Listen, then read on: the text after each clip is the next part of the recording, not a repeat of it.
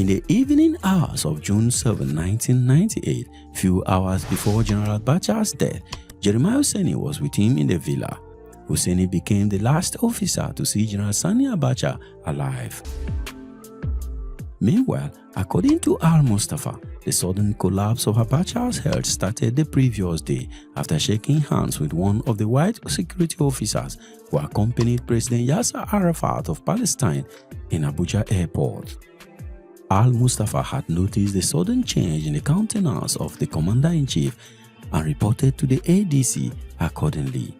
Later in the evening, by about 6 p.m. of June 7, 1998, his doctor came around and administered an injection to stabilize him. He was advised to have a short rest. Happily enough, by 9 p.m., the head of state was bouncing and receiving visitors until much later when General Jeremiah Useni, the then Minister of the Federal Capital Territory, came calling. They stayed and chatted together till around 3:35 a.m. before Useni left the president's guest house. But less than 2 hours later, by 5 a.m., Abacha was already gasping for breath, and he died few minutes later. After Abacha had died suddenly and Lieutenant General Ishaya Bami was quietly informed, he suggested that he should be made the new head of state. This is according to Al-Mustafa. However, according to Al-Mustafa still, they were advised by General Ibrahim Babangida retired to support the most senior officer in the Provisional Ruling Council to become the new head of state. And the most senior officer in the PRC was General Jeremiah Useni. So, what really happened? Why was he not made the head of state? After Abacha's death was confirmed, the most senior officer who would have succeeded him was Lieutenant General Jeremiah Useni. General Babangida also allegedly advised them that he should be supported. But before the issue of seniority or hierarchy could be placed on the table, Lieutenant General Ishaya Bamiyi was the first to point out to Al-Mustafa, quote, "Can't you put 2 and 2 together to be 4? Has it not occurred to you that General Useni, who was the last man with the head of state, might have poisoned him, knowing fully well that he was the most senior officer in the PRC?" After this was said to Al-Mustafa, and as if he has just been given a piece of information that he initially never knew about, Al-Mustafa became naturally furious with General Useni. This was more so since General Abacha's family had earlier complained severally about the closeness of the two generals, according to Mustafa. At that time, Al-Mustafa had made up his mind to storm General Useni's house with almost a battalion of soldiers to effect his arrest. But again, some heads of security unit and agencies, including his wife, advised against such a move. Useni became a suspect instead of one to succeed Abacha.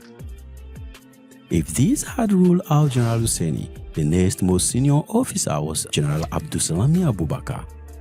Abubakar was the Chief of Defense Staff and second in command in terms of hierarchy. He was then appointed Head of State and Commander-in-Chief of the Armed Forces of the Federal Republic of Nigeria. He was sworn in on the 9th of June, 1998. However, in an interview on Arise TV, General Jeremiah Useni had this to say: "I got a call at about 10 a.m. that there was a Security Council meeting. I said I was not aware. When I went, eventually, the soldiers at the gate did not allow me to enter. I was surprised. Such thing had never happened before. I didn't know at the time that Abacha was dead. It was while I was at the gate that another soldier came and asked them to open the gate for me, that Abacha was lying dead. He threatened to shoot if they did not open the gate for me. That was how I managed to enter." Useni continued. "When I went in, I saw service chiefs already seated. I was the last person to be informed to attend the meeting." When Useni was asked why he was not made president after Abacha's death, Useni had this to say: "They did not want me as head of state when Abacha died. The family did not want me, and some people brought religion into it. They said, how can Useni, a Christian, be allowed to succeed Abacha? I was sidelined, but I did not bother." So, do you think the system was fair to Lieutenant General Jeremiah Useni? Let me know your thoughts in the comment section.